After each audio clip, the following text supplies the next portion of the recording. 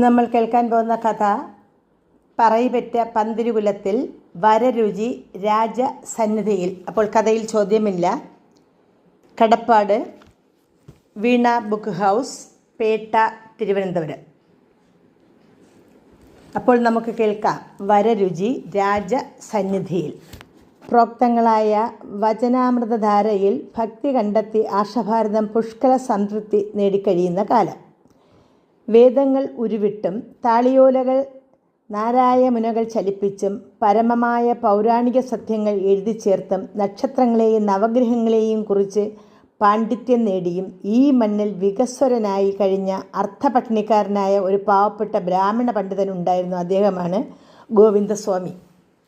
ഗോവിന്ദസ്വാമി വേളി കഴിച്ചതും ഒരു ഐതിഹാസിക സംഭവം തന്നെയായിരുന്നു. പണ്ഡിതനാണെങ്കിലും പരാധീനതകളുടെ നടുവിൽ കഴിയുന്ന ഗോവിന്ദസ്വാമിക്ക് പെണ്ണു കൊടുക്കാൻ ബ്രാഹ്മണ സംസ്കാരം അനുവദിക്കാതെ വന്നപ്പോൾ അദ്ദേഹത്തിന് അങ്ങനെ തന്നെ ചെയ്യേണ്ടി വന്നു. ധീരനായ ഗോവിന്ദസ്വാമി ഒടുവിൽ മനസ്സിനിഷ്ടപ്പെട്ട പെണ്ണിനെ കൈക്കു പിടിച്ച് ഇല്ലത്തിലേറ്റി.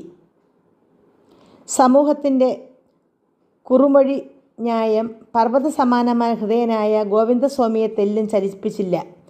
ആണിന് പെണ്ണ് അവകാശപ്പെട്ടതാണ്. മനസ്സിനിണങ്ങിയതാണെങ്കിൽ കുടുംബജീവിതം മഹത്തരം തന്നെയല്ലേ. ഗോവിന്ദസ്വാമി ദമ്പതികൾക്ക് ആദ്യമായി പിറന്ന ആൺകുട്ടി സുന്ദരനായിരുന്നു. തലയിലെഴുത്തും നല്ലതായിരുന്നു. പ്രിയപുത്രനെ ലാളിച്ചു വളർത്താനോ അവൻ്റെ ഭാവചേഷ്ടകൾ കണ്ട് കൺകുളിർക്കാനോ അവന് ഇല്ലായ്മ അറിയിക്കാതെ പോറ്റുന്നതിനോ മിതവാദിയുമായ ഗോവിന്ദസ്വാമി മിനക്കെട്ടില്ല. പ്രാർത്ഥനയും മതചർച്ചാ ക്ലാസുകളും വേദമന്ത്രോച്ചാരണങ്ങളുമായി ശാസ്ത്ര ഗവേഷണങ്ങളും ജ്യോതിഷശാസ്ത്ര ചിന്തകളുമായി കാടാറുമാസം വിടാറുമാസം കഴിഞ്ഞുകൂടെ ഗോവിന്ദസ്വാമിയുടെ വേളി രണ്ടാമതൊരു പുത്രന് ജന്മം നൽകി. ജന്മസമയത്ത് തന്നെ ദിവ്യലക്ഷണം കണ്ട രണ്ടാമനിൽ കേരളം എന്ന പുണ്യഭൂമിയുടെ ശ്രേയസ് ഉൾക്കൊള്ളുന്നതായി ഗോവിന്ദസ്വാമി തൻ്റെ ഭാര്യയോട് പറഞ്ഞു. അനന്തമായ ശക്തിവിശേഷത്തിൻ്റെയും അത്ഭുത പ്രതിഭാസത്തിൻ്റെ യഥാർത്ഥ രൂപം കൊണ്ട് ഇവൻ വളർന്ന് ലോക പ്രശസ്തനാകും. വിധികെട്ട അച്ഛനമ്മമാർക്ക് അവൻ്റെ പ്രശസ്തിയുടെ പങ്കുപറ്റാൻ യോഗം കാണുന്നില്ല. അച്ഛന് ദേശാടനം വിധിച്ചുകൊണ്ടുള്ള പുത്രൻ്റെ ജനനം അമ്മയെ മടന്തളിപ്പുകാരിയാക്കി മാറ്റുമെന്നും ഗോവിന്ദസ്വാമിയുടെ പ്രവചനത്തിലുണ്ടായിരുന്നു. വേദശാസ്ത്ര പാരംഗതനായി ഭവിക്കാൻ പോകുന്ന ഈ ദിവ്യപുത്രൻ്റെ നാമം വരരുചി എന്നാകട്ടെ. അമ്മയുടെ മടിയിൽ കൈകാലിട്ടിടിച്ചു കുടയുന്ന കോമള കുമാരൻ്റെ മുഖത്ത് നോക്കി ഗോവിന്ദസ്വാമി വിളിച്ചു, വരരുചി. ഗോവിന്ദസ്വാമിയുടെ സുദീർഘമായ യാത്രയുടെ അന്ത്യത്തിൽ പിന്നീട് ഒരിക്കലും ഈ പുത്രദർശനം ഉണ്ടായില്ല. മഠം തളിച്ചും പല വീടുകളിലും വേലക്കായും ഉപജീവന മാർഗം കണ്ടെത്തിയ വരരുചിയുടെ സാധുവായ മാതാവ് ഒരു ദുർഗ്രഹ സന്ധ്യയിൽ തൻ്റെ പ്രിയപുത്രന്മാരെ വിട്ടു പിരിഞ്ഞു. ജീവിതം ഇരുണ്ട പാതയിലേക്ക് പ്രയാണം ആരംഭിച്ചപ്പോഴും വരരുചി എന്ന കൊച്ചുമിടുക്കിനെ പഠിപ്പിച്ച് വലുതാക്കാനുള്ള ജ്യേഷ്ഠൻ്റെ മോഹം ഒരു ദുരാഗ്രഹമായി പരിണമിക്കുകയുണ്ടായി. ചുറ്റുവട്ടത്തുള്ള ഒരു അമ്പലത്തിൽ കീഴ്ശാന്തിപ്പണി കണ്ടെത്തിയിട്ടും ഒടുവിൽ എല്ലാം വലിച്ചെറിഞ്ഞ് നാടുവിട്ടോടുകയായിരുന്നു ജ്യേഷ്ഠൻ. അത്താണില്ലാതെ വന്നപ്പോൾ വരരുചിയുടെ കുരുന്നു മാനസം തേങ്ങി. ഒരു നീണ്ട യാത്ര. ഒടുവിലെല്ലാം ഗുരുഭൂതന്മാരുടെ ചരണാരവിന്ദങ്ങളിൽ അർപ്പിച്ച് കരുണയാചിച്ചു നിന്ന ബാലന് സരസ്വതീ കടാക്ഷം ഉണ്ടായി. ഒപ്പം ഗുരുഭൂതന്മാരുടെ ആശീർവാദവും. തൻ്റെ ഗവേഷണങ്ങളും പഠനങ്ങളും ജ്യോതിശാസ്ത്ര പരീക്ഷണങ്ങളും ഗുരുഭൂതന്മാരിൽ നിന്നും കരഗതമാകാൻ വരരുചി ഗണഞ്ഞു പരിശ്രമിച്ചു. ലക്ഷ്യബോധമുള്ള കുമാരൻ്റെ ആഗ്രഹങ്ങൾ വിധി അനുകൂലിച്ചു.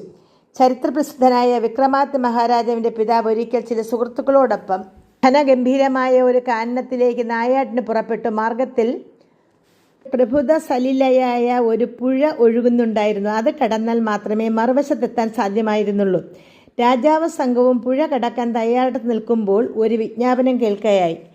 ആനയെ പിടിച്ച് വലിക്കാൻ കെൽപ്പുള്ള ഒരു മുതല ഈ പുഴയിൽ കിടപ്പുണ്ട്. വിക്രമശാലികളാണെങ്കിൽ പോലും ഈ വഴി ആപത്താണ്. ആ ശബ്ദം എവിടെ നിന്നാണെന്ന് അവർ ശ്രദ്ധിച്ചു. ഒരു പിടിയും കിട്ടുന്നില്ല. അവർ നാലുപാടും കണ്ണോടിച്ച് അവിടെയൊന്നും ആരുമില്ല. കൂടുതൽ ശ്രദ്ധിച്ചപ്പോൾ മരത്തിൻ്റെ മുകളിൽ നിന്നാവാം ആ ശബ്ദമെന്നവർ സംശയിച്ചു. രാജാവ് മരത്തിൻ്റെ മുകളിൽ തന്നെ നോക്കി നിന്നു. ആ നൃപൻ്റെ സംശയം ശരിയായിരുന്നു.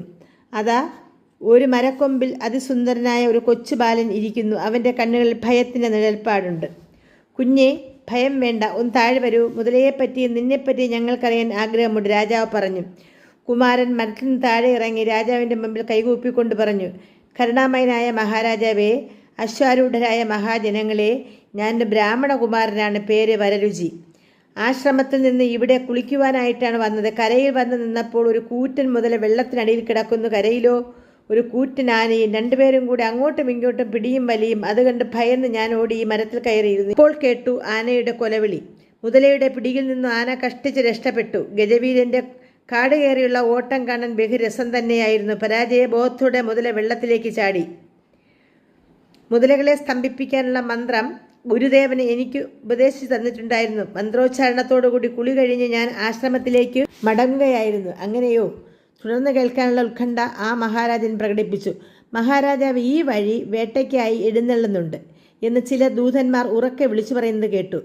തിരു എഴുന്നള്ളത്ത് കാണാൻ മരത്തിൻ്റെ മുകളിൽ ഇരിക്കുന്നതാണ് അഭികാമ്യം എന്ന് കരുതിയാണ് ഞാൻ വൃക്ഷശാഖയിൽ കയറിയിരുന്നത്. അത് കേട്ട് രാജാവിന് ആശ്ചര്യം തോന്നി. മുതലയെ പേടിക്കാത്ത ബാലന്മാരുണ്ടോ? ഭയപ്പാടിൻ്റെ ലാഞ്ചന ആ ബാലൻ്റെ നേത്രങ്ങളിൽ തെളിയുന്നുണ്ടല്ലോ. വൃക്ഷശാഖയിൽ സുരക്ഷിതനായിട്ട് കുമാരൻ്റെ മനസ്സ് അസ്വസ്ഥമായി കാണുന്നല്ലോ. എന്താവാൻ കാരണം എന്ന് ചിന്തിച്ചുകൊണ്ട് മഹാരാജാവ് ആനന്ദയ സ്വരത്തിൽ കുമാരനോട് ചോദിച്ചു. കുഞ്ഞേ, നിർഭയനാണെങ്കിൽ നിന്നിൽ പേടി ഒളിച്ചിരിക്കുന്നല്ലോ. എന്താണ് കാരണം? സകല പ്രജകൾക്കും അഭയദാതാവായ മഹാരാജാവേ, അങ്ങ് വിജയിച്ചാലും അഷ്ടദിക്പാലരുടെ അംശങ്ങൾ സമാഹരിച്ചാണ് അങ്ങ് സൃഷ്ടിക്കപ്പെട്ടിരിക്കുന്നത്. സർവഗുണസമ്പന്നനായ ഈ രാജ്യത്തെ സകല ജനങ്ങളുടെയും രക്ഷിതാവാണ്. പ്രജകളുടെ സംരക്ഷണം അങ്ങിൽ നിക്ഷിപ്തമാണല്ലോ. തമ്പുരാൻ്റെ ആയുരാരോഗ്യത്തിന് വേണ്ടി പ്രാർത്ഥിക്കുക എന്നുള്ളത് ജനങ്ങളുടെ കടമയല്ലേ? ഞാൻ ബാലനാണെങ്കിലും അങ്ങൻ്റെ വാക്ക് മാനിക്കണം. അങ്ങ് ഈ നദിയിലിറങ്ങി സ്നാനം ചെയ്താൽ അങ്ങയ്ക്ക് നാശം സംഭവിക്കും. അതോടെ രാജ്യത്ത് അരാജകത്വം നടമാടും. അത് ആലോചിച്ചുള്ള ഭയമാണ് എൻ്റെ മുഖത്ത് കണ്ടത്. മാത്രമല്ല, അങ്ങയുടെ പുത്രനായ വിക്രമാദിത്യൻ ഇന്ദ്രൻ സ്വർഗത്തെ എന്ന പോലെ ഭൂമിയെ ഭരിക്കും എന്ന് എൻ്റെ ഗുരു എന്നോടൊരിക്കൽ പ്രവചിച്ചിട്ടുണ്ട്. പക്ഷേ മഹാരാജ രാജകുമാരനെ ഇനിയും യുവാവ് രാജാവെ അഭിഷേകം ചെയ്തിട്ടില്ല. സാമന്തന്മാരുടെ സമ്മതത്തോടെ ആ ചടങ്ങ് നിർവഹിക്കും മുമ്പ് അങ്ങ് വല്ല വിപത്തിലും പെട്ടാൽ അതുമൂലമുണ്ടാകുന്ന ദുഃഖം അസഹ്യമായിരിക്കും.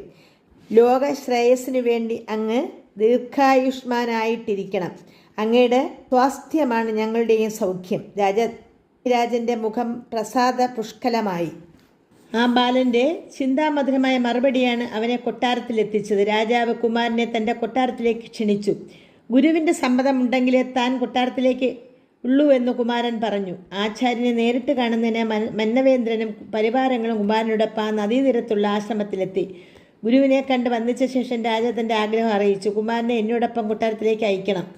രാജാവിൻ്റെ അഭ്യർത്ഥന കേട്ട് മഹാഗുരു പറഞ്ഞു, എൻ്റെ പ്രിയ ശിഷ്യനായി ഇവൻ ഒരിക്കൽ കേട്ടാൽ എല്ലാം ഗ്രഹിക്കുകയും ധരിക്കുകയും ചെയ്യുന്നവനാണ്. ബാലനെങ്കിൽ ഇവൻ്റെ വൈഭവം മികവുറ്റതാണ്. ഇവനെ അങ്ങേക്ക് വിട്ടുതരുന്നതിൽ എനിക്ക് വ്യസനമുണ്ട്. എന്നാലും അങ്ങ് രാജാവല്ലേ, കുമാരൻ അങ്ങയുടെ ആശ്രയത്തിൽ ശ്രേയസ് സുനിശ്ചിത തന്നെ. ഇവൻ അങ്ങേക്കും ലോകത്തിനും ഈ ബന്ധം എന്തുകൊണ്ടും നല്ലതിനായിരിക്കും. എങ്ങ് പ്രശസ്തമായ രീതിയിൽ രാജ്യം ഭരിച്ച് നാഗലോകം പ്രാപിച്ചാലും.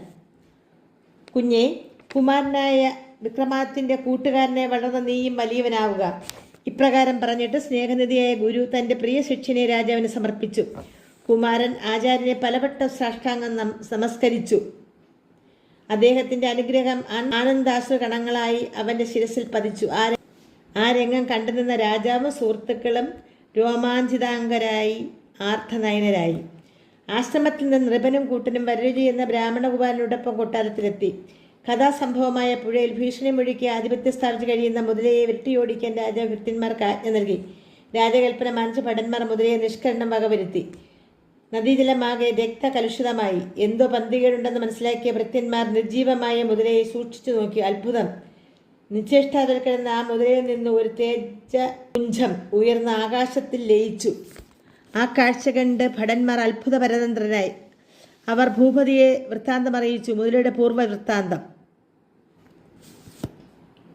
മുതലയുടെ ഉടലിൽ നിന്ന് രൂപമെടുത്ത ആകാശത്തിൽ ലയിച്ച തേജപുഞ്ചത്തിൻ്റെ ഉറവിടം അറിയാൻ രാജാവിന് ഉത്കണ്ഠയെ. അദ്ദേഹം മുതലയുടെ പുരാവൃത്തം അറിയാൻ വരരുചിയെ സമീപിച്ചു. ആശ്ചര്യകരമായ ഈ തേജപുഞ്ചത്തിൻ്റെ ഉൽപ്പത്തിയെക്കുറിച്ച് വരരുചിക്ക് വിവരമുണ്ടോ? രാജാവ് വരരുചിയോട് ചോദിച്ചു.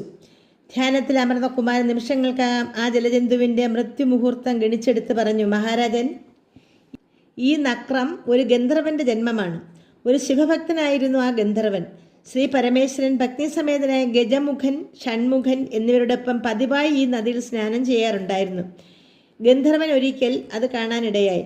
പരമപവിത്രമായ ഈ സ്ഥാനത്ത് സ്ഥിരതാമസമാക്കിയത് എന്തെന്ന് ഗന്ധർവന് തോന്നി. നിത്യവും ആ കാഴ്ച കാണുകയും ചെയ്യാമല്ലോ. പക്ഷേ ഗന്ധർവനായ തന്നെ ഭഗവാൻ കാണാൻ ഇടയായാലോ?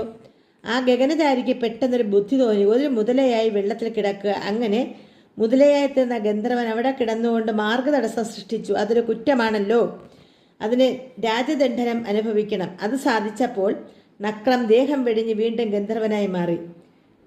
വരരുചിയുടെ യുക്തിഭദ്രമായ വചനം രാജാവിനെയും സദസ്സിലുമുണ്ടായിരുന്ന മറ്റ് പ്രമുഖരെയും വളരെയേറെ സന്തോഷിപ്പിച്ചു.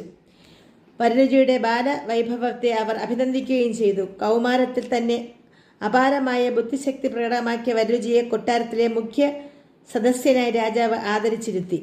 പ്രായമോ സ്ഥലകാല പരിമിതികളോ മാനദണ്ഡമാക്കി വ്യക്തിവൈശിഷ്ട്യം നിർണയിക്കുന്നത് ബുദ്ധിശൂന്യമാണെന്നും ലജ്ജാപ്രഭാവമാണ് യഥാർത്ഥത്തിൽ അതിൻ്റെ അളവുകോലെന്ന് തെളിയിക്കുന്നതാണ് വരരുചിയുടെ വൃത്താന്തം. നമസ്കാരം.